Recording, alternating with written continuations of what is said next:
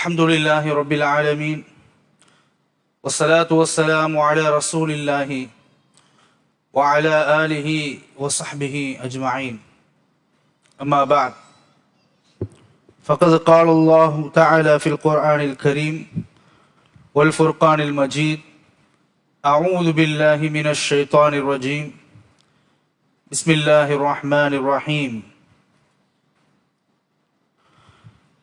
إنك لعلى خلق عليم صدق الله العلي العظيم. அளவற்ற அருளாளனும் நிகரற்ற அன்புடையவனுமாகிய எல்லாம் வல்ல ஏக இறைவன் அனைத்தையும் ரட்சித்து காத்து கொண்டிருக்கின்ற அல்லாஹுடைய பெயரை கொண்டும் அவனுடைய தூதர் முஹம்மது ஸல்லல்லாஹு அலைஹி வஸல்லம் அவர்களும் அவர்களை சார்ந்து அவருடைய வழியை பின்பற்றிய சத்திய சஹாபாக்கள் மற்றும் இறைநேசர்கள் அனைத்து நல்லடியார்கள் அனைவருடைய துஆ பரக்கத்தை கொண்டும் இந்த சீரா வகுப்பை இன்று தொடங்குகின்றேன். அல்லாஹ்வுடைய மாபெரும் கிருபையால் அண்ணல் பெருமானார் முஹம்மது நபி ஸல்லல்லாஹு அலைஹி வஸல்லம் அவர்களுடைய வாழ்க்கை சரித்திரத்தை நாம் ஆரம்பம் முதலிலிருந்து பார்த்து வருகின்றோம். பெருமானார் முஹம்மது ஸல்லல்லாஹு அலைஹி வஸல்லம் அவர்களுடைய வாழ்க்கை குறிப்புகளும் சரித்திரமும் தான் இந்த உலகத்திலே ஆகச் சிறந்த சரித்திரமாகும். உலகத்தின் மாந்தர் உலக மக்கள் அனைவர்களுடைய மாண்புகளையும் ஒரு பக்கம் வைத்து பூமான் நபி முஹம்மது ஸல்லல்லாஹு அலைஹி வஸல்லம் அவர்களுடைய மாண்பையும் மறுபக்கம் வைத்தால் பெருமானாருடைய மாண்பு என்பது மலைக்கும் மடுவுக்கும் உள்ள வித்தியாசத்தை கொண்டு மிகச்சிறந்து விளங்கக்கூடியதாக அமையும். பெருமானார் முஹம்மது ஸல்லல்லாஹு அலைஹி வஸல்லம் அவர்கள் மனிதர்கள் மட்டுமல்ல, மனிதர்களில் புனிதர். எனவே அவர்களுடைய வாழ்க்கை சரித்திரத்தை நாம் கற்றுக்கொள்வதன் மூலம் நம்முடைய வாழ்க்கை சீராகும். நம்முடைய வாழ்க்கையில் ஒவ்வொரு கட்டத்திலும் நாம் எப்படி வாழ வேண்டும் என்கின்ற ஒரு மாதிரியை நாம் அவர்களுடைய வாழ்க்கையின் மூலமாக நாம் தெரிந்து கொள்ள முடியும். அருமையான அல்லாஹ்வின் நல்லடியார்களே, பெருமானாருடைய வாழ்க்கை சரித்திரத்திலே நாம் நபிகள் பெருமானார் ஸல்லல்லாஹு அலைஹி வஸல்லம் அவர்கள் பிறப்பதற்கு முன்பு இருந்த மக்காவினுடைய சூழ்நிலைகளை பற்றியும் மக்கா வாசிகளுடைய பின்புலத்தை பற்றியும் மிக விரிவாகவே பார்த்தோம் கடந்த வகுப்புகளிலே. பெருமானார் முஹம்மது ஸல்லல்லாஹு அலைஹி வஸல்லம் அவர்கள் பிறப்பதற்கு முன்புள்ள நேரத்தில் நடந்த விஷயங்களும் பெருமானார் அவர்கள் பிறந்த தருணங்களிலே நடந்த குறிப்புகளையும் பார்த்தோம். சென்ற வகுப்பிலே அண்ணல் பெருமானார் முஹம்மது ஸல்லல்லாஹு அலைஹி வஸல்லம் அவர்களுடைய சிறுவயது பிராயத்தில் அவர்கள் சந்தித்த சில நிகழ்ச்சிகளை நாம் பார்த்து வந்தோம். பெருமானார் முஹம்மது ஸல்லல்லாஹு அலைஹி வஸல்லம் அவர்களுக்கு பால் கொடுத்த ஹலீமத்து சாதியா அம்மையார் மற்றும் அவருடைய குடும்பம் என்ன பலன் அடைந்தார்கள் என்பதை பற்றி நாம் பார்த்தோம். அதனைத் தொடர்ந்து குறிப்பிட்ட காலம் வரையிலும் ஹலீமத்து சாதியா அம்மையார் அண்ணல் பெருமானார் ஸல்லல்லாஹு அலைஹி வஸல்லம் அவர்களை வளர்த்து பிறகு அவருடைய தாயார் ஆமினா அம்மையார் அவரிடத்தில் கொண்டு வந்து சேர்ப்பிக்கும் பொழுது மறுபடியும் ஒரு சிறிது காலம் நான் பார்த்து கொள்கிறேன் என்று கொடுத்து விடுங்கள் என்று விண்ணப்பத்தின் அடிப்படையிலே மறுபடியும் அன்னை ஆமினா அம்மையாருடைய ஒப்புதலோடு பெருமானார் ஸல்லல்லாஹு அலைஹி வஸல்லம் அவர்களை அழைத்து வந்து சிறிது காலம் தங்க வைத்திருந்தார்கள் ஹலீமத்து சாதியா அம்மையார் அவர்கள்.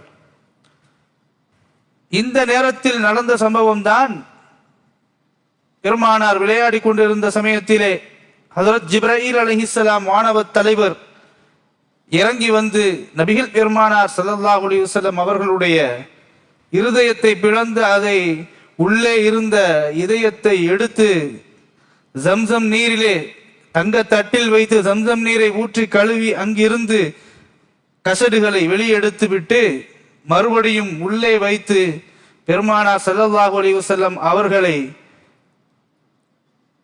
அங்கு விட்டுவிட்ட பொழுது அங்கிருந்து பார்த்த மற்ற பிள்ளைகள் பயந்து ஹலிமத்து சாதியா அம்மையாரிடத்தில் வந்து சொல்லி, ஹலிமத்து சாதியா அம்மையார், இதற்கு மேல் நாம் நம்மோடு வைத்துக் கொண்டிருந்தால் இந்த குழந்தை பாதுகாப்பு இருக்காது என்கின்ற அடிப்படையிலே ஹலிமா அம்மையார் அந்த குழந்தையை பெருமானார் ஸல்லல்லாஹு அலைஹி வஸல்லம் அவர்களை அழைத்து கொண்டு நேரா அவருடைய தாய் ஆமினா அம்மையாரிடத்திலே கொண்டு வந்து ஒப்படைத்து விடுகின்றார்.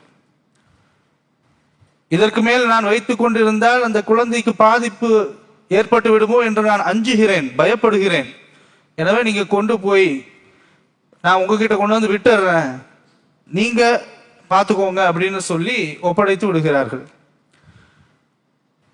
இப்போ பெருமானார் ஸல்லல்லாஹு அலைஹி வஸல்லம் அவர்கள் தன்னுடைய தாயார் ஆமினா அம்மையாரிடத்தில் வளர்கிறார்கள். அன்னை ஆமினா அம்மையாருடைய பாதுகாப்பிலே பெருமானார் ஸல்லல்லாஹு அலைஹி வஸல்லம் அவர்கள் தன்னுடைய 6 வயது வரை தாயாரிடத்தில் வளர்ந்து வந்தார்கள். பெருமானார் ஸல்லல்லாஹு அலைஹி வஸல்லம் அவர்களுடைய தந்தையின் பெயர் அப்துல்லா. இந்த அப்துல்லா அவர்கள் எங்கு மரணம் அடைகிறார்கள் என்றால் மதீனாவில் வைத்து மரணமாகிறார்கள்.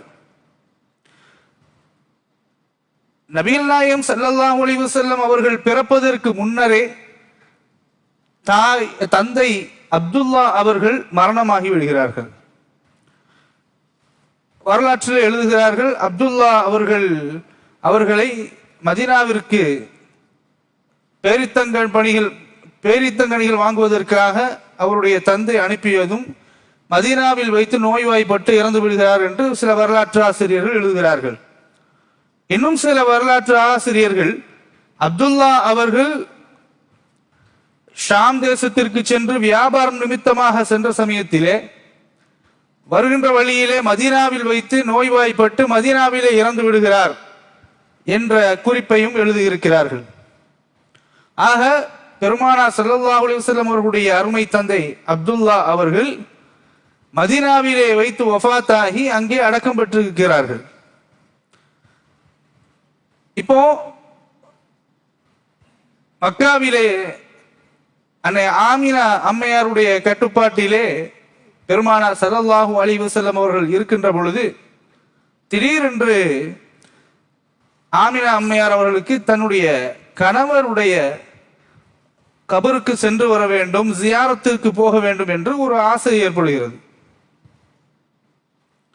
மக்காவிலிருந்து 500 கிலோமீட்டர் தூரத்தில் இருக்கக்கூடிய மதீனாவிற்கு ஜியாரத் செய்வதற்காக அன்னை ஆமினா அம்மையார் அங்கே செல்கிறார்கள்.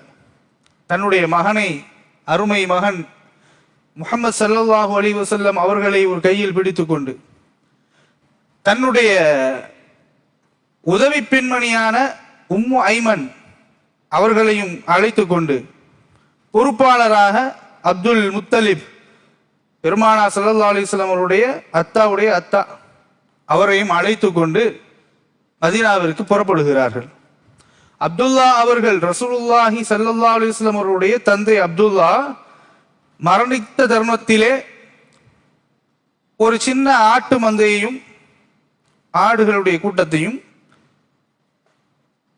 உம்மு ஐமன் என்று சொல்லக்கூடிய அந்த உதவி பெண்மணியையும் இவர்களை விட்டுவிட்டு அவர்கள் வஃபாத்தாகி விட்டார்கள்.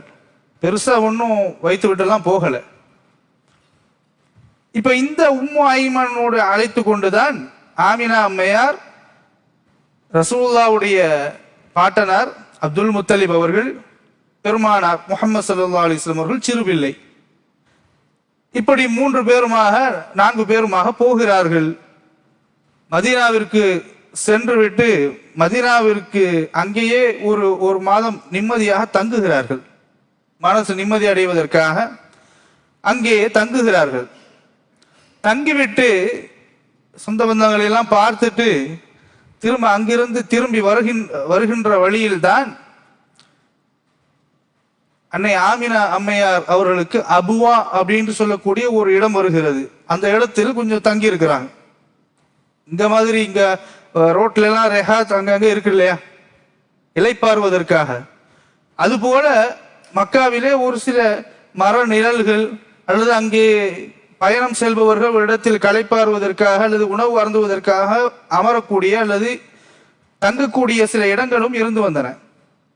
அதன் அடிப்படையில் அபுவா என்ற இடத்திற்கு வந்ததற்கு பிறகு, அதற்கு முன்னாடியே மதீனாவில் இருக்கும் பொழுதே அன்னை ஆமினா அம்மையாருக்கு கொஞ்சம் உடல் நல குறைவு ஏற்படுகிறது. பிறகு அந்த அபுவா அப்படிங்கிற இடத்திற்கு வருகின்ற பொழுது இதற்கு மேல் பயணம் செய்ய முடியாது என்கின்ற அளவிற்கான உடல் சோர்வும் உடல் வலிமையும் குறைவாகவும் ரொம்ப ஒரு மாதிரியா ஆயிடுறாங்க. அவங்களுக்கு உடல் நிலம் ரொம்ப மோசமாக போய்விடுகிறது. நோய் தீவிரம் அடைந்து விடுகிறது. பெருமானார் ஸல்லல்லாஹு அலைஹி வஸல்லம் அவர்கள் தன்னுடைய தாய் அன்னை ஆமினா அம்மையார் பெருமானார் மீது மிகப்பெரிய அன்பு வைத்திருந்தார்கள். அன்னை ஆமினா அம்மையார் அவர்கள் தன்னுடைய அருமை தாயார் மீது பெருமானார் ஸல்லல்லாஹு அலைஹி வஸல்லம் அவர்கள் அளவு கடந்த அன்பு வைத்திருந்தார்கள். இப்படி ஒரு தாய்க்கும் பிள்ளைக்குமான அந்த பந்தம் என்பது மிக உன்னதமானது. பொதுவாகவே தாய் என்று வந்துவிட்டாலே பிள்ளைகள் சமர்ப்பணமாகிவிடும். தாயை எந்த காலத்திலும் விட்டு கொடுக்காது. அத்தா கிட்ட வேணா பிள்ளைங்க எல்லாம் கோச்சுக்கும், அத்தா கிட்ட வேணா பிள்ளைங்க எல்லாம் வர பயப்படும், அந்த மாதிரிலாம் இருக்கும். ஆனால் தாய் என்னதான் அந்த தாய் அவனை அடித்தாலும் கடிந்து கொண்டாலும் அடுத்த மறுகணமே பிள்ளைகள் தாய் அரவணைத்து வாமா அப்படின்னு கூப்பிட்டா போதும் ஓடி போயிடும் பிள்ளைங்கள்லாம், இல்லையா? அப்படி இருக்கக்கூடிய ஒரு தாய் பாசம், அந்த பாசம் நமக்கே அவ்வளவு பாசம் இருக்கிறது என்றால் தூய ஆத்மாவான உறவுகளை உலகுக்கு சொல்லிக் கொடுத்த தாய் பாசம் என்ன என்பதை உலகத்திற்கு சொல்லிக் கொடுக்கின்ற பூமா நபி ஸல்லல்லாஹு அலைஹி வஸல்லம் அவர்கள் அவருடைய தாயின் மீது எவ்வளவு அன்பு வைத்திருப்பார்கள். ரசூலுல்லாஹி ஸல்லல்லாஹு அலைஹி வஸல்லம் அவர்கள் சிறு வயது அவர்கள் சின்ன குழந்தையா இருக்கும் பொழுது நீங்க பாத்தீங்கன்னா பெருமானாருடைய அப்படியே அழகு தோய்ந்த ஒரு முகம், கவர்ச்சியான முகமாக இருப்பார்கள். அழகாக தலையை வாழ்ந்து எண்ணெய் போட்டு தலையை வாழ்ந்து ரொம்ப அழகாக இருப்பார்கள். அழகினுடைய முழு உருவமே பெருமானார் தானே. ஸல்லல்லாஹு அலைஹி வஸல்லம் அவர்களுடைய அழகை பற்றி சொல்லுகின்ற பொழுது யூசுப் அலைஹிஸ்ஸலாம் அவர்கள்தான் அழகு என்றாலே ஒரு மறுபதம் என்னவென்றால் யூசுப் அலைஹிஸ்ஸலாம் அவர்கள். அவருடைய சரித்திரத்தில் நாம் பார்க்கின்ற பொழுது யூசுப் அலைஹிஸ்ஸலாம் அவர்களை பார்த்த பெண்மணிகள் தன்னுடைய கையையே அறுத்து கொண்டார்கள். ஆப்பிள் பழம் கையில வச்சிருக்கிறாங்க, கையில ஒரு கத்தி கொடுக்கப்பட்டிருக்கிறது. யூசுப் அலைஹிஸ்ஸலாம் அவர்களை அப்படியே நடக்க வைக்கிறார்கள். அவர் நடந்து கிராஸ் பண்ணி போகின்ற பொழுது அந்த அழகில் மயங்கியவர்களாக கன்னி பெண்கள், அழகில் மயங்கிய அந்த பெண்கள் தன்னுடைய கையே மெய்மறந்து அறுத்து விடுகின்ற அளவிற்கு யூசுப் நபியினுடைய அந்த அழகு தோற்றம், இவர் வஹாதா மலக்குன் அப்படின்னு சொல்ல, அதாவது இது மனிதரே அல்ல, இவர் பெரிய மலக்கு அல்லவா என்று நினைக்கின்ற அளவிற்குண்டான பேரழகை பெற்றிருந்தார்கள் யூசுப் அலைஹிஸ்ஸலாம் அவர்கள். ஆனால் பெருமானார் முஹம்மது ஸல்லல்லாஹு அலைஹி வஸல்லம் அவர்களை குறித்து அவர்கள் சொல்லுகின்ற பொழுது யூசுப் அலைஹிஸ்ஸலாம் அவர்கள் இந்த உலகத்தை மொத்தத்திலேயே அவர் ஒரு அழகு என்று சொன்னா ரசூலுல்லாஹ்வை கம்பேர் பண்ணும்போது யூசுப் நபி பாதி அழகுதான். அப்போ பெருமானார் ஸல்லல்லாஹு அலைஹி வஸல்லம் அவர்களுடைய அழகு என்பது எப்படி இருக்கும்? ரசூலுல்லாஹி ஸல்லல்லாஹு அலைஹி வஸல்லம் அவர்கள் இளம் வயது, பொதுவாகவே நாம பெரியவங்களா இருக்கும் பொழுது நாம ஒரு நிலையில் இருப்போம், ஒரு தோற்றத்தில் இருப்போம்.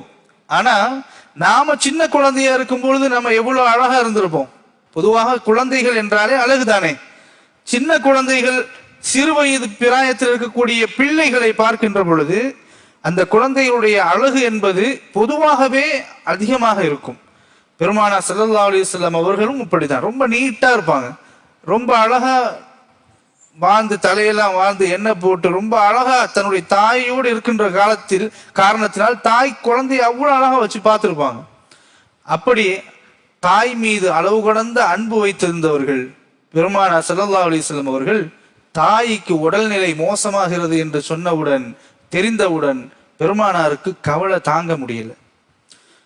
தன்னுடைய அருமை தாய் தனக்கு முன்னாடியே இயலாமல் இருக்கின்றதை பார்த்து பெருமானார் ஸல்லல்லாஹு அலைஹி வஸல்லம் அவர்களுக்கு மிக மிக கவலை. அந்த கவலையினுடைய வெளிப்பாடாக தன்னுடைய தாயிடத்துல தன்னுடைய தாயினுடைய தன்னுடைய மடியில் வைத்துக் கொண்டு ரசூலுல்லாஹி ஸல்லல்லாஹு அலைஹி வஸல்லம் அவர்கள், மா உங்களுக்கு ஒண்ணு இல்லம்மா, நீங்க கவலைப்படாதீங்க, உங்களுக்கு எதுவும் ஆகாது, நீங்க கவலைப்படாதீங்க, இது காய்ச்சலோ ஒரு நோய் தான், சரியா போயிடும், நீங்க கவலைப்படாதீங்கம்மா அப்படின்னு சொல்லி தன்னுடைய கண்களில் இருந்து கண்ணீர் சிந்துகிறது. தன்னுடைய அருமை குழந்தை 6 வயது கூட இல்லை, இந்த குழந்தையினுடைய அழுகையை பார்த்து தன்னுடைய தாய்க்கு, பெருமானாருடைய தாய்க்கு தாங்க முடியல. அவங்களும் அழுறாங்க. பிறக்கும் முன்பே தந்தையை இழந்து விட்ட குழந்தையாயிற்று, பிறக்கும் முன்பே தந்தையை இழந்து விட்டீர்களே, இப்பொழுது நானும் இந்த நிலையில் இருக்கிறேனே, உங்களை யார் பார்த்துக்குவாங்க? அருமை மகனே, உங்களை யார் பார்த்துக்குவாங்க? ஒரு நார்மலா அத்தா இருக்கின்ற ஒருவராக இருந்தால் பரவாயில்லை, தந்தையும் இல்லை, பிறக்கும் முன்பே தந்தை இறந்து விட்டார்கள், இப்போ வெறும் 6 வயது கூட இல்லை, நானும் உங்களை விட்டு சென்று விட்டால் யார் உங்களை கவனித்துக் கொள்வார்கள் என்கின்ற கவலை தான் என்னிடத்தில் மிகைத்து இருக்கிறது என்பதாக அன்னை ஆமினா அம்மையார் தன்னுடைய குழந்தையை பார்த்து அவங்க அழுகிறாங்க. இப்படி மகனும் தாயும் அழக்கூடிய சமயத்தில் உம்மு ஐமன் அவர்களை அழைத்து, இதை பாருமா, என் குழந்தைய நல்லபடியா பார்த்துக்க, என் குழந்தைய நல்லபடியா பார்த்துக்க, ஆதரவற்ற குழந்தையாக இது ஆகிவிடக் கூடாது, நல்லபடியா பார்த்துக்க அப்படின்னு சொல்லி அழுது கொண்டே பெருமானார் ஸல்லல்லாஹு அலைஹி வஸல்லம் அவர்கள் இருக்கின்ற அந்த சமூகத்தில் அவரோடு தாய் தன்னுடைய பிள்ளையினுடைய முன்பே, பெருமானார் ஸல்லல்லாஹு அலைஹி வஸல்லம் அவர்களுக்கு முன்பே தாய் அழுதவர்களாக கடும் வலியோடு கனத்த இதயத்தோடு தன்னுடைய கடைசி நிமிடத்தில் அழுது கொண்டே அவருடைய உயிரும் பிரிந்து விடுகிறது. தன்னை அரவணைத்த தன்னுடைய தாய் இறந்து விட்டார்கள் என்றதுடன் பெருமானார் முஹம்மது ஸல்லல்லாஹு அலைஹி வஸல்லம் அவர்களால் தாங்க முடியவில்லை, அழுகிறார்கள், தாயை நினைத்து அழுகிறார்கள். அல்லாஹ்வுடைய முடிவு, அவர்கள் அல்லாஹ்விடத்தில் திரும்புகிறார்கள்.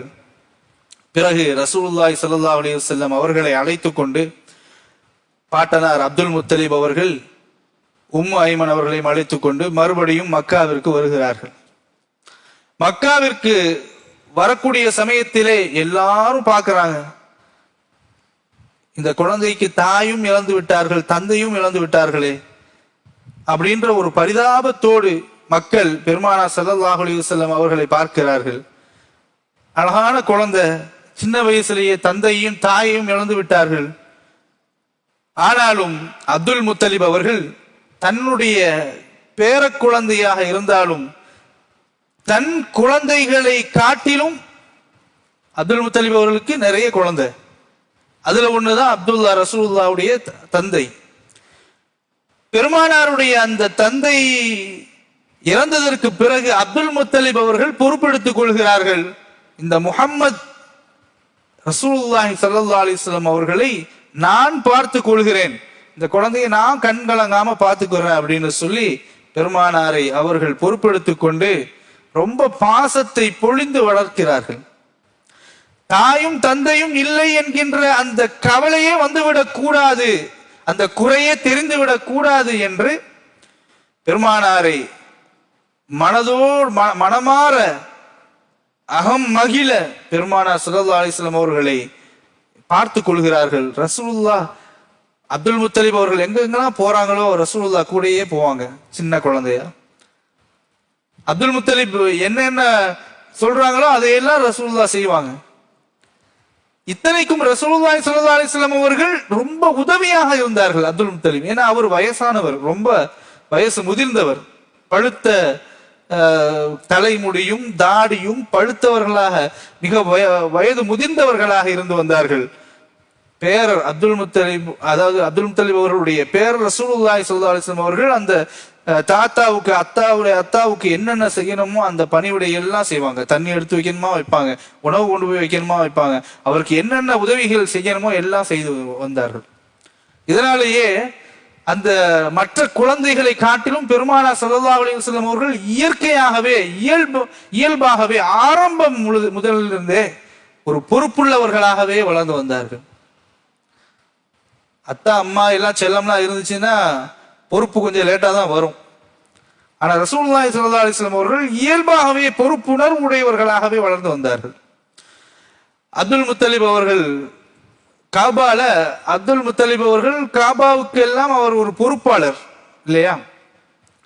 அந்த அப்துல் முத்தலிப் அவர்களுக்கு என்று ஒரு தனி மரியாதை உண்டு மக்காவில். மக்கா காபாவினுடைய ஒரு பாதுகாவலர், அதனால அவருக்கு தனி மரியாதை என்பது உண்டு. அவர் வந்தாருன்னு சொன்னா அவருக்கென்று உட்கார்றதுக்கு ஒரு விரிப்பு விரித்திருப்பார்கள். அதுலதான் போய் அப்துல் முத்தலிப் அவர்கள் உட்காருவாங்க.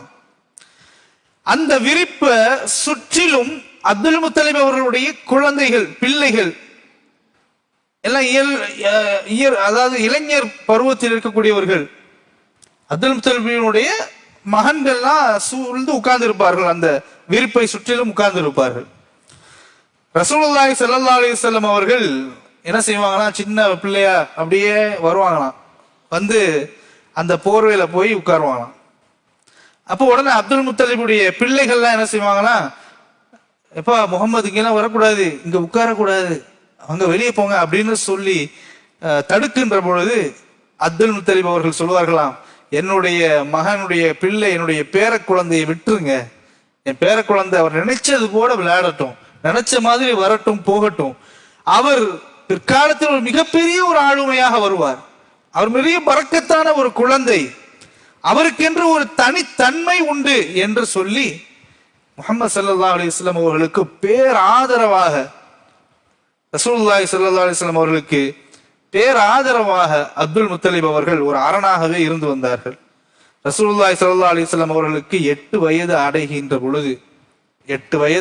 பொழுது பாட்டனார் அப்துல் முத்தலிப் அவர்கள், ரசூலுல்லாவுக்கு பக்கபலமாக இருந்த அப்துல் முத்தலிப் அவர்கள், ரசூலுல்லாவை வளர்ப்பதற்காக பொறுப்பெடுத்துக் கொண்ட அப்துல் முத்தலிப் அவர்கள் வஃபாத் ஆகிறார்கள். அவர்களுக்கு ஒரு நோய் ஏற்பட்டு அவர்களும் வஃபாத் ஆகி விடுகிறார். இப்போ வஃபாத் ஆனதுக்கு அப்புறம் ரொம்ப ரசூலுல்லாஹ் கவலைப்பட்டாங்க.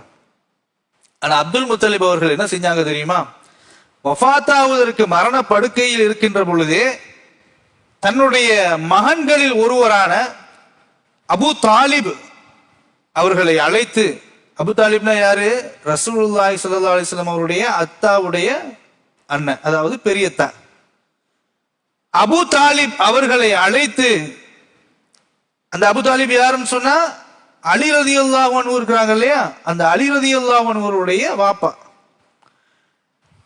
அபு தாலிபிடத்திலே பொறுப்பை ஒப்படைத்து, இதோ அப்துல்லாவுடைய மகன் முஹம்மது அவர்களை தாயும் இழந்து விட்டார், தந்தையும் இழந்து விட்டார்கள், நான் தான் பார்த்துக்கிறேன், ஆனா என்னுடைய நிலையோ ரொம்ப மோசமான ஒரு சூழ்நிலையா இருக்குது, எனவே இந்த குழந்தைய நீங்க உங்க குழந்தையாட்டும் நீங்க போய் பார்த்துக்கணும் அப்படின்னு சொல்லி இந்த பொறுப்பை அப்துல் முத்தலிப் அவர்கள் அபு தாலிப் தன்னுடைய மகன் அபு தாலிபிடத்தில் ஒப்படைக்கின்றார்கள். அபு தாலிப் அதை மனமுவந்து ஏற்றுக்கொண்டு ரசூலுல்லாஹி ஸல்லல்லாஹு அலைஹி வஸல்லம் அவர்களை ரொம்ப அதிகமாக பிரியம் வைத்து வளர்க்கின்றார்கள். அப்துல் முத்தலிப் மரணம் எய்து விடுகின்றார், இறந்து விடுகின்றார். தன்னுடைய பிள்ளைகளில் ஒருவராக அபு தாலிப் அவர்கள் ரசூலுல்லாஹி ஸல்லல்லாஹு அலைஹி வஸல்லம் அவர்களை அதிகமான முக்கியத்துவம் கொடுத்து, அதிகமான கண்ணியம் கொடுத்து, கிட்டத்தட்ட 40 ஆண்டு காலம் ரசூலுல்லாஹி ஸல்லல்லாஹு அலைஹி வஸல்லம் அவர்களை ஒரு பேர் அரணாக பாதுகாப்பாக வளர்த்தெடுத்தார்கள் அபு தாலிப் அவர்கள்.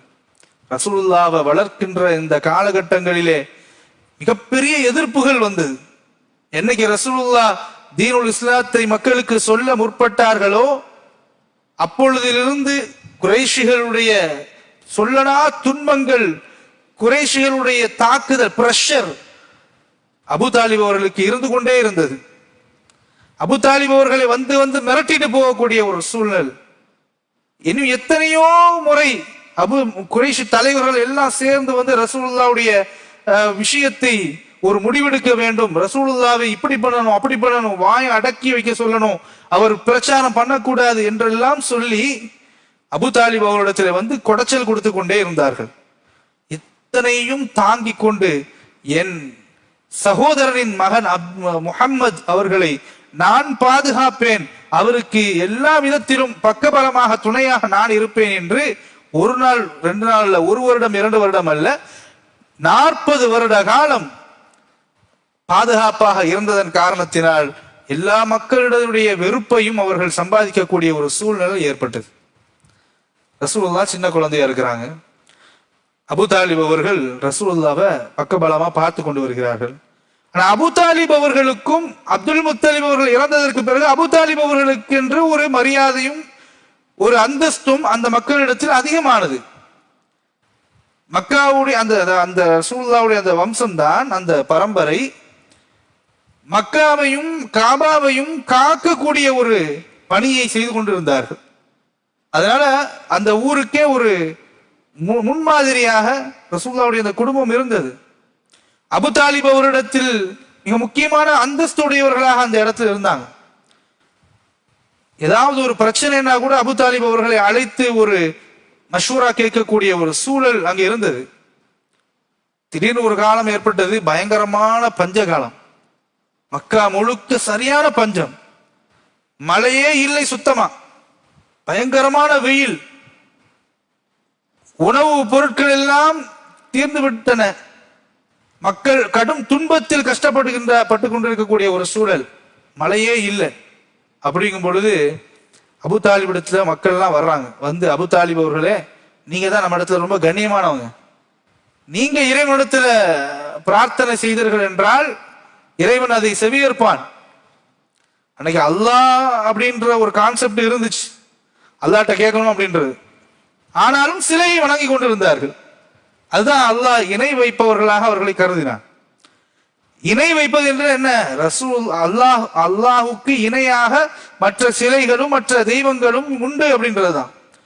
இந்த தெய்வங்களும் இந்த சிலைகளும் அல்லாஹ்வோடு என்னை சேர்த்து வைக்கும் என்கின்ற அந்த சித்தாந்தம் அந்த மக்களிடத்தில் இருந்து வந்தது, அந்த நம்பிக்கை. அதன் அடிப்படையில் அபு தாலிப் இடத்துல வந்து மக்கள்லாம் சொன்னாங்க, பயங்கர பஞ்சமா இருக்கு, மழையே இல்லை, அதனால நீங்க அல்லாஹ்ட்ட கேட்டு மழையை வாங்கி கொடுங்க அப்படின்னு சொன்னாங்க. ரசூலுல்லாஹி ஸல்லல்லாஹு அலைஹி வஸல்லம் அவர்கள் விளையாடி கொண்டிருக்கிறார்கள், பெருமானார் ஸல்லல்லாஹு அலைஹி வஸல்லம் அவர்களும் இருக்கிறார்கள். அபு தாலிப் அவர்கள் எல்லா சிறுவர்களோடும் ரசூலுல்லாஹ் விளையாடிக்கிட்டு இருக்கிறாங்க. அபு தாலிப் என்ன பண்ணாரு, மக்களுக்கு மத்தியில் ரசூலுல்லாஹி ஸல்லல்லாஹு அலைஹி வஸல்லம் அவர்களை அழைத்து வருகிறார், காபாவுக்கு அழைத்து வருகிறார். அபு தாலிப் அவர்கள் வருகிறார்கள். அதாவது மேகம் மறைக்காத ஒரு சூரியன் எப்படி பிரகாசமானதாக இருக்குமோ அப்படி ஒரு பிரகாசத்தோடு ஒரு முகத்தை கொண்ட ஒரு சிறுவர் அபு தாலிபுக்கு பின்னால் வந்து கொண்டு இருக்கிறார். யார் என்று பார்த்தால் அபு தாலிப் அவர்களுடைய சகோதரனுடைய மகன் முஹம்மது ஸல்லல்லாஹு அலைஹி வஸல்லம் அவர்கள். அவ்வளவு பிரகாசமான முகம். அபு தாலிப் அவர்கள் எல்லா குழந்தையும் விளையாடிட்டு இருக்கிறாங்க, எந்த குழந்தையும் நிக்கிறாங்க அங்க. அபு தாலிப் ரசூலுல்லாஹ் அவர்களை அப்படியே தூக்கி தன்னோடு முதுகோடு தன்னுடைய நெஞ்சோடு அப்படி அணைத்து வைத்துக் கொள்கின்றார்கள். ரசூலுல்லாஹி ஸல்லல்லாஹு அலைஹி வஸல்லம் அவர்கள் அபு தாலிப் அவர்களுடைய தோள்பட்டையை இறுக்கி அணைத்துக் கொள்கிறார்கள். இப்படி அணைத்தவர்களாக ரசூலுல்லாஹ்வை தூக்கி வைத்துக் கொண்டு இறைவனிடத்திலே துஆ செய்கிறார். வானத்தை பார்த்து, இறைவா, இந்த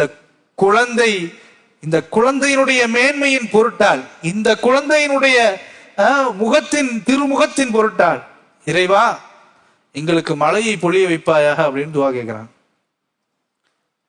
ரசூலுல்லாவை முன்னிறுத்தி குழந்தையை ரசூலுல்லாஹ்க்குள்ள தூக்கி அல்லேக்க அப்படி தூக்கி தன்னோடு இறுக்கி அணைத்து கொண்டு ரசூலுல்லாவும் அவர்களை இறுக்கி அணைத்து கொண்டு ரசூலுல்லாவோடு சங்கமித்தவர்களாக இறைவனை நோக்கி, இறைவா எங்களுக்கு தேவை இருக்கிறது, இறைவா இந்த ஊரிலே கடும் பஞ்சகாலமாக இருக்கிறது, இந்த குழந்தையின் பொருட்டால், இந்த அழகு முகத்தின் பொருட்டால், திருமுகத்தின் பொருட்டால் இறைவா நீ எங்களுக்கு மழையை கொடு என்று கேட்டது மாத்திரத்திலே மழை பெய்ய தொடங்குகிறது.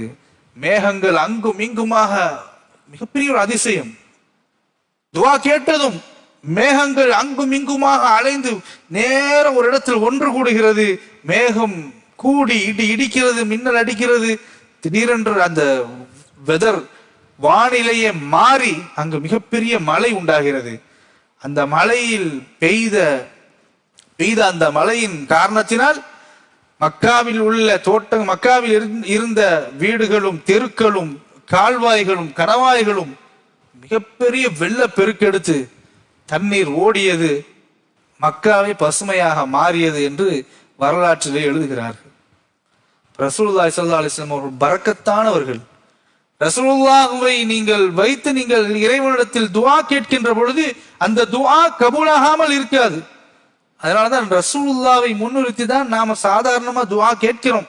அந்த வளமையே அல்லாஹ்வை புகழ்ந்து விட்டு நாம் என்ன செய்யறோம், அல்லாஹ் அல்ஹம்துலில்லாஹி ரப்பில் ஆலமீன் அப்படின்று ஓதிட்டு அல்லாஹ் ரசூலுல்லாஹ்வின் மீது ஸலவாத்தை சொல்லிவிட்டு தான் நம்முடைய தேவையே நாம் கேட்கின்றோம் துஆக்களிலே. அதுதான் அந்த ஸ்ட்ரக்சர் ரசூலுல்லாஹ் கற்றுக் கொடுத்தது தான் நம்மளுக்கு.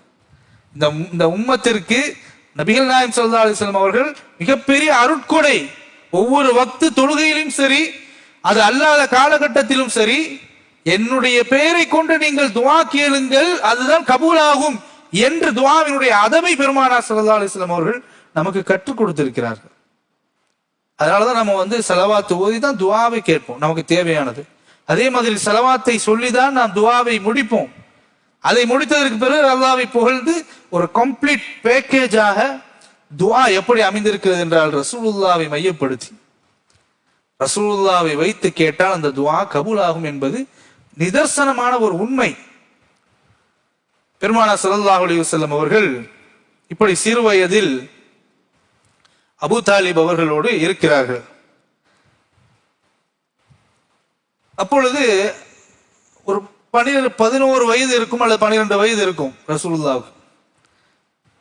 அபூ தாலிப் என்ன பண்ணுவாங்கன்னா, எங்கெல்லாம் அவர்கள் போகிறார்களோ அப்பொழுதெல்லாம் ரசூலுல்லாஹி ஸல்லல்லாஹு அலைஹி வஸல்லம் அவர்களையும் அழைத்து கொண்டு போவார்கள். சின்ன வயசு பையன் தானே.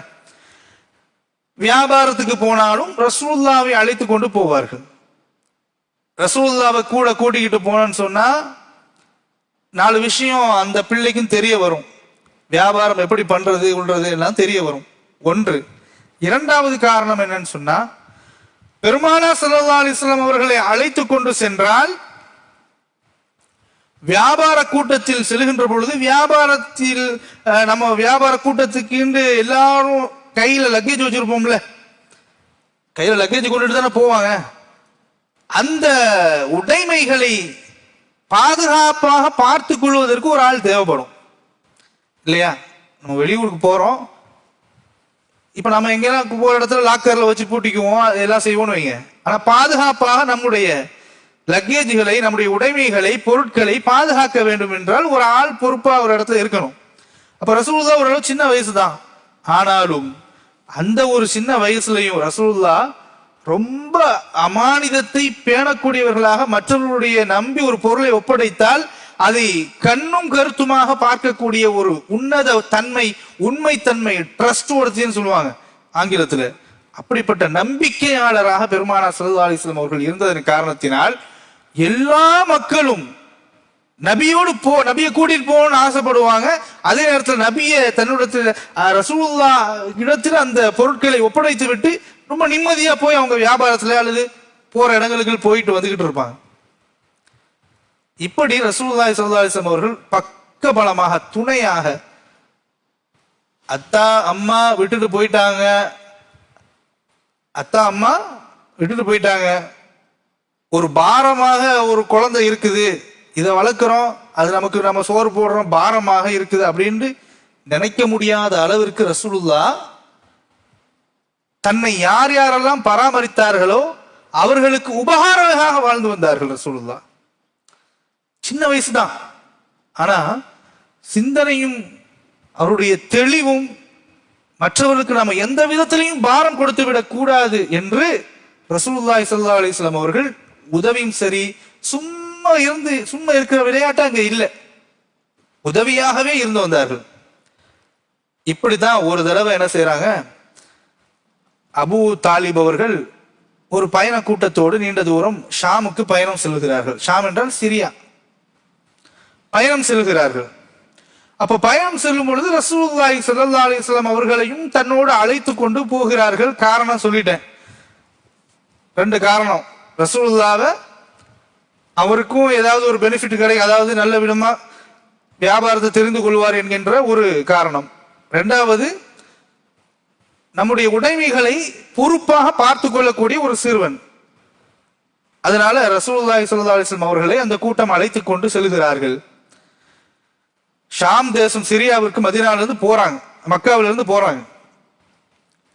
போகிற வழியில நான் சொன்னேன் இல்லையா, ஒவ்வொரு இடத்துலையும் இளைப்பாரி செல்லுவார்கள் அப்படின்னு. அப்ப போற வழியில ஒரு பஸ்ரா அப்படின்ற ஒரு இடம் இருக்கிறது.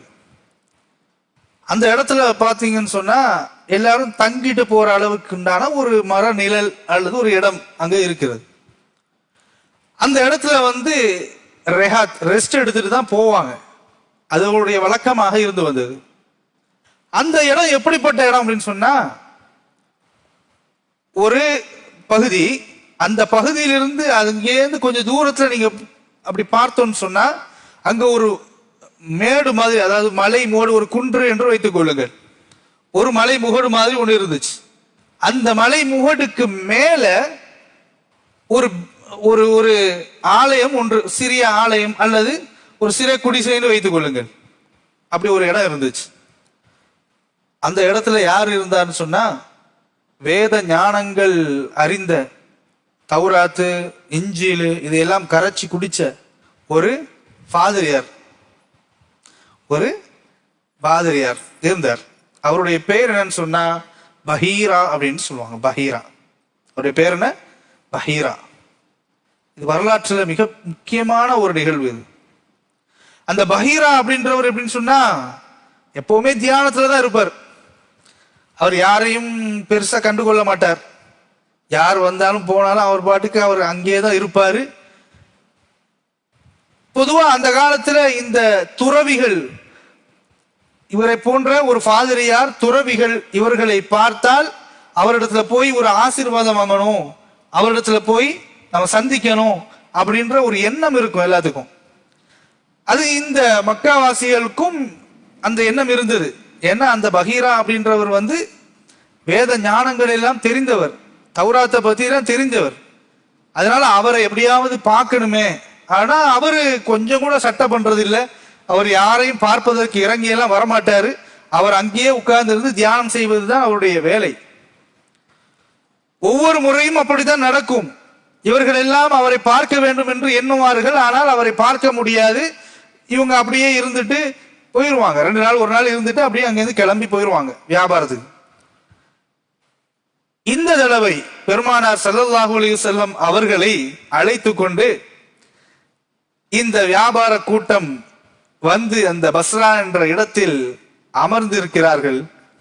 எல்லாரும் சொன்னாங்க,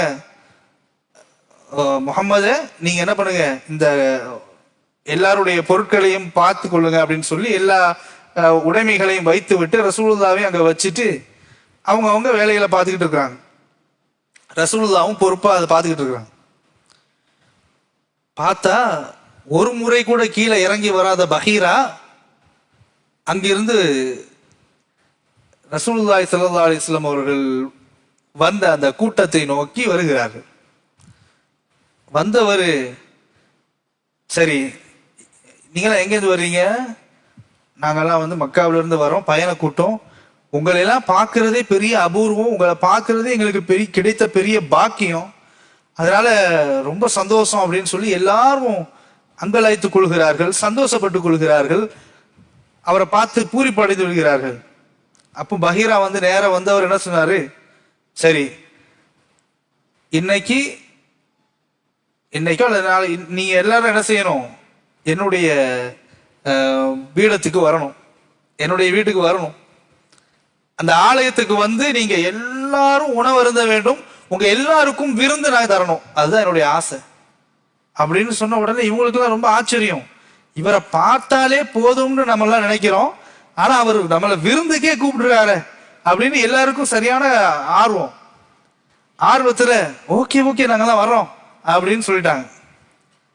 நாளைக்கு விருந்து வந்துருங்க அப்படின்னு சொன்னாங்கன்னு வைங்க, எல்லாரும் வர்றதுக்கு ஒத்துக்கிட்டாங்க. அப்ப இவர் சொல்றாரு,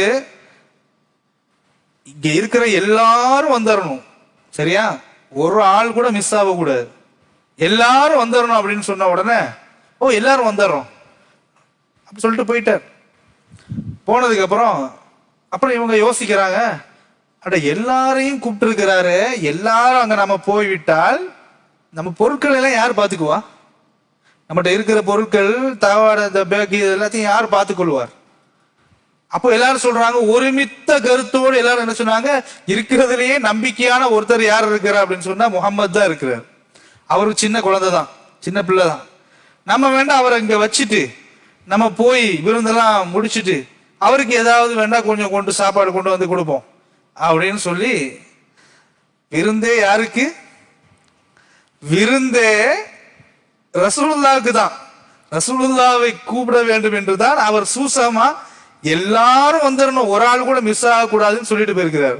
ஆனா அவரு, மக்கள் என்ன சொல்றாங்க, முகம்மதை நம்ம விட்டுட்டு போயிருவோம், நாம எல்லாரும் போய் அவரை பார்த்துட்டு, முகமது சின்ன குழந்தை அது இருந்துகிட்டோங்க, ரெண்டாவது அவர் தான் முக்கியமான நம்ம பொருட்கள் எல்லாம் பார்க்கக்கூடியவர், அவர் இருந்துகிட்டோம், நம்ம எல்லாம் போய் பார்த்துட்டு வருவோம் சொல்லிட்டு எல்லாரும் போறாங்க. போனவுடன் பஹீரா வீட்டுக்குள்ள நுழைஞ்ச உடனே, அந்த ஆலயத்துக்குள்ள நுழைஞ்ச உடனே பஹீரா பார்க்கிறார், எல்லாரும் வந்தாச்சா, எல்லாரும் வந்துட்டோமே. திரும்பவும் கேட்கிறார், எல்லாரும் வந்தாச்சா, ஆமா எல்லாரும் வந்தாச்சு. இல்லையே, யாரோ ஒருவர் குறைகின்றார். இல்ல இல்ல யாரும் குறையல, நாங்க எல்லாரும் வந்துட்டோம், ஆனா இந்த ஒரே ஒரு சின்ன பையனை கூட்டிட்டு வந்தோம், அந்த பையன் அந்த சிறுவர் அந்த நாங்க தங்கியிருந்த இடத்திலேயே விட்டுட்டு வந்துட்டோம், ஏன்னா எங்களுடைய பொருட்களை எல்லாம் பாதுகாக்கணும்ல. பஹீரா அவருக்கு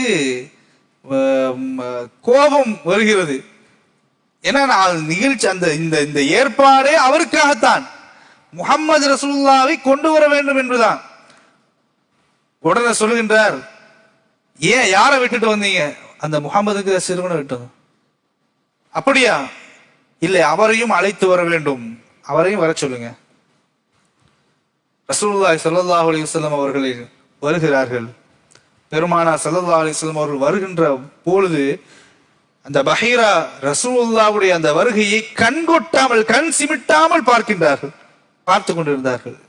ஏனென்றால் பெருமானார் ஸல்லல்லாஹு அலைஹி வஸல்லம் அவர்களுடைய வருகை அவ்வளவு அற்புதமாக இருந்தது. ரசூலுல்லாஹ்வை பார்த்து ரசிக்கிறார்கள். யார் இவர்? இவர்தான் முஹம்மது. முஹம்மதா?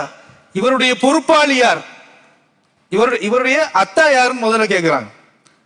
இவருடைய தந்தை யார் அப்படின்ன உடனே அபு தாலிப், உடனே அவர் தான் அபு தாலிப் தான் பாத்துக்கிறார். தந்தை நான் தான் அவருடைய தந்தை. உங்க பேர் என்ன? அபு தாலிப். நிச்சயமாக இல்லை அப்படின்னார். நிச்சயமா நீங்க தந்தையாக இருக்க முடியாது. இல்ல நான் தான் தந்தை, என் கூட தான் வந்திருக்கிறார் முஹம்மது. இல்லை, ஒருபோதும் இருக்க முடியாது. அவருடைய தந்தை அபு தாலிப் இல்லை. எங்களுடைய வேத புத்தகத்தில் அவருடைய தந்தையின் பெயர் வேறு. என்ன அப்படின்னா, அவருடைய தந்தையின் பெயர் இல்ல, ஆமா நாங்க அவருடைய பொறுப்பாளி தான், அவருடைய பெரிய தந்தை, அவருடைய தந்தை பெயர் அப்துல்லா. அத சொல்லுங்க முதல்ல. அவர் நிச்சயமாக நீங்கள் தந்தையாக இருக்க முடியாது, நீங்கள் பொறுப்பாளியாக வேண்டா இருக்கலாம். நான் இப்பொழுது சொல்கின்றேன், நாங்கள் ஒரு இறை தூதரை நாங்கள் எதிர்பார்த்து கொண்டிருக்கின்றோம். அந்த இறை தூதரை பற்றி எங்களுடைய வேதங்களில் சொல்லப்பட்டிருக்கிறது. முஹம்மது அவருடைய பெயர். அந்த முஹம்மது அவருடைய தந்தையுடைய பெயர் இப்படி இருக்கும். அவர் தாயும் தந்தையும் இழந்தவராக இருப்பார். அந்த முஹம்மத் ஏன் ஏன் இதையெல்லாம் சொல்றீங்க, ஏன் அவர்கிட்ட நீங்க என்ன பார்த்தீங்க அப்படிங்கும் பொழுது, ஆமா முஹம்மது அவர்கள் நடந்து வந்தால், அவர் நடந்து வருகின்ற பொழுது மேகங்கள் அவருக்காக குடை பிடிக்கும். ரசூலுல்லாஹ் ஸல்லல்லாஹு அலைஹி வஸல்லம் அவர்கள் நடந்து வந்தால் எவ்வளவு பெரிய வெயிலாக இருந்தாலும் மேகங்கள் அவருக்காக குடை பிடிக்கும். மேகம் அப்படியே வந்துட்டு இருந்துச்சு.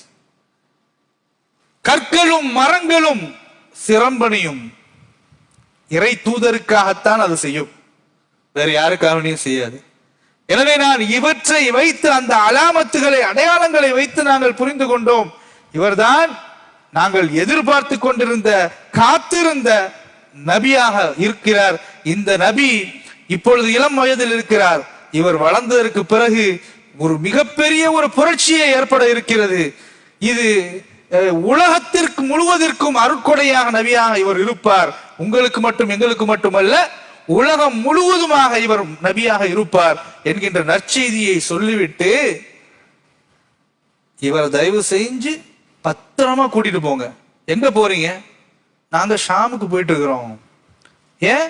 ஷாம்ல வியாபாரத்துக்காண்டி போயிட்டு இருக்கிறோம், அதுக்கு தான் முகமதையும் கூட்டிட்டு போறோம். முதல் வேலையா நீங்க ஷாமுக்கு போறத தவிர்த்து கொள்ளுங்கள். அல்லது ஷாமுக்கு போனால் முகம்மது அவர்களுக்கு இவர் இறை தூதர் என்று தெரிந்துவிட்டால் பாரசீகர்களாலும் யூதர்களாலும் மிகப்பெரிய ஆபத்து இந்த குழந்தைக்கு இருக்கிறது. அவர்கள் கொன்றுவிடக் கூட தயங்க மாட்டார்கள் பொறாமையின் காரணத்தினால் என்கின்ற ஒரு எச்சரிக்கையை சொல்லிவிட்டு, இவர்களை பாதுகாத்துக் கொள்ளுங்கள் அப்படின்னு சொல்லி ஒரு விஷயத்தையும் சொன்னதற்கு பிறகு, அடடா முகம்மதுக்கு இவ்வளவு பெரிய ஆபத்து இருக்கிறதா அப்படின்னு சொல்லி அபு தாலிப் அவர்கள் பயந்து விடுகிறார்கள். பயந்து மறுபடியும் அந்த ரூட்டை மாத்தி அங்கிருந்து மக்காவிற்கு திரும்பி விடுகிறார்கள். மக்காவிற்கு திரும்பியதற்கு பிறகு மக்காவில் என்ன நடக்கிறது என்பதை இன்ஷா அல்லாஹ் அடுத்த வகுப்பிலே நாம் பார்ப்போம். அல்லாஹ்வின் தூதர் முஹம்மது ஸல்லல்லாஹு அலைஹி வஸல்லம் அவருடைய வாழ்க்கையினுடைய ஒவ்வொரு பகுதியும் நம்முடைய வாழ்க்கைக்கு முன் உதாரணம். ரசூலுல்லாஹ் மிகவும் பரக்கத்தானவர்கள், ஒழுக்கமானவர்கள், எல்லா விதத்திலும் அவர்கள் முழு சமுதாயத்திற்கும் மனிதர்களுக்கும் முன்மாதிரி. அந்த முன்மாதிரி நபி ஸல்லல்லாஹு அலைஹி வஸல்லம் அவருடைய வாழ்க்கையை அடியொற்றி நாம் பின்பற்றுவோமாக. வல்ல ரஹ்மான் அதற்கு நமக்கு நசீபை தருவானாக. வஆகிர் தஅவானா அல்ஹம்துலில்லாஹி ரப்பில் ஆலமீன். அஸ்ஸலாமு அலைக்கும் வரஹ்மத்துல்லாஹி வபரகாத்துஹு. ஸல்லல்லாஹு அலா முஹம்மத் ஸல்லல்லாஹு அலைஹி வஸல்லம். ஸல்லல்லாஹு அலா முஹம்மத் ஸல்லல்லாஹு அலைஹி வஸல்லம். صلى الله على محمد يا ربي صلي وسلم. السلام عليكم ورحمة الله وبركاته.